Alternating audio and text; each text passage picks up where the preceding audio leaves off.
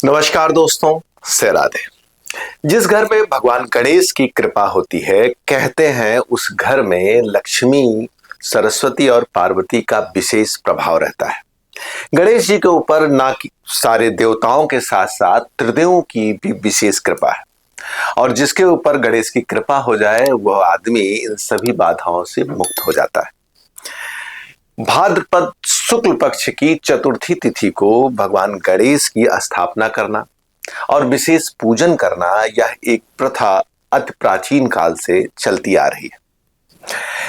जब हम भगवान को स्थापित करते हैं तो उनको ले आने और किस तरह से उनको बुलाया जाए, आमंत्रित दिया जाए, इसकी ही चर्चा इस वीडियो में हम आपके साथ करने वाले हैं। भारतीय संस्कृति का मानना है कि जब हम किसी को आमंत्रण देते हैं, किसी श्रेष्ठ को अपने घर ले आते हैं, तो उसकी एक पूरी विधि होती है। उसको आपको पूर्व में सूचना देनी होती है, उसको विधिवत आमंत्रण देना होता है, अपना भी परिचय बताना होता है और अपना प्रयोजन भी बताना होता है। प्रयोजन का यहाँ तात्पर्य है कि आप ये बताएंगे कि आप प्रभु हमारे घर चलकर हमारे घर में सुख और समृद्धि लाए। हमारे घर में जो भी अनिष्ट है, चाहे वो कुंडली का हो, चाहे वास्तु का हो, चाहे आर्थिक हो, चाहे सामाजिक हो, इन सब चीजों को आप हरे, क्योंकि आप विघ्न हरता है। तो आइए हम अपने मूल विषय पे चलते हैं कि किस तरह से आपको भगवान गणेश को अपने घर ले आना। इसकी दो तीन महत्वपूर्ण चीजें हैं। सबसे पहले आपने तय किया कि हम अपने घर में भगवान गणेश को ले आएंगे और स्थापित करेंगे। उसके लिए आपको एक मूर्ति की आवश्यकता होती है।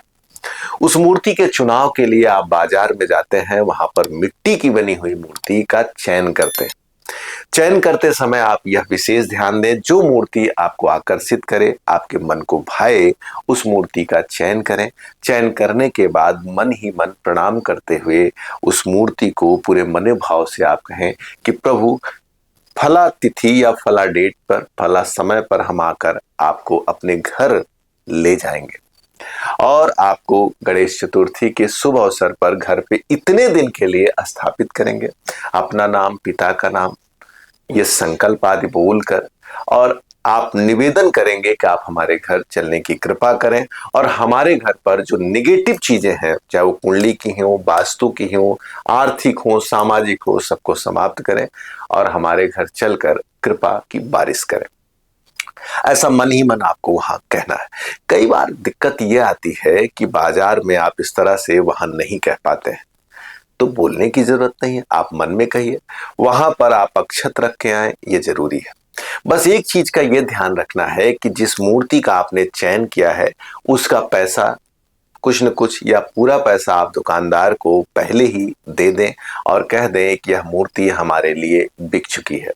कई बार दुकानदार उसमें थोड़ी सी गलती करते हैं, तो आप अपने तरफ से कुछ न कुछ वहां पर प्रतीक और चावल आदि रख कर उस मूर्ति को अपने लिए चिन्हित कर लें और अगले दिन फिर उसी निश्चित समय तिथि पर पहुंचकर भगवान गणेश से निवेदन करके, प्रार्थना करके उनको उत्सव पूर्वक मन ही मन भगवान गणेश का जाप करते हुए घर की तरफ ले जाएं। उनको एक विशेष आवरण में रखकर ले जाएं, जिससे उनका आगमन श्रेष्ठ बने। घर पहुंचने के बाद उनकी आरती हो, उनका विशेष स्वागत हो और उनको सुंदर और विशेष स्थान पर रखकर अगले ही दिन या उसी दिन अगर हो सके तो उनको चौकी पे स्थापित करके विधि विधान पूर्वक उनका पूजन करें। वैसे ये सारी प्रक्रिया एक दिन पहले हो और अगले दिन से उनका पूजन प्रारंभ हो। दिन की अगर चर्चा की जाए तो यह आपकी यथाशक्ति के ऊपर होता है। इसके लिए शास्त्र आपको अनुमति देता है कि जो जितनी दिन की शक्ति रखता हो उतने दिन गणेश की स्थापना करें। भगवान गणेश को लड्डू बहुत पसंद है। भगवान गणेश की कृपा से बुद्धि, लक्ष्मी, सरस्वती, माता पार्वती के साथ साथ त्रिदेवों का भी विशेष प्रभाव रहता है। जब भगवान गणेश आपके घर में स्थापित होते हैं, इन सब की कृपा आपके घर में खूब बरसती है। घर में सात्विक भोजन करना है, भगवान का कीर्तन भजन करना है, सुबह शाम विधि विधान पूर्वक इनकी पूजा करनी है।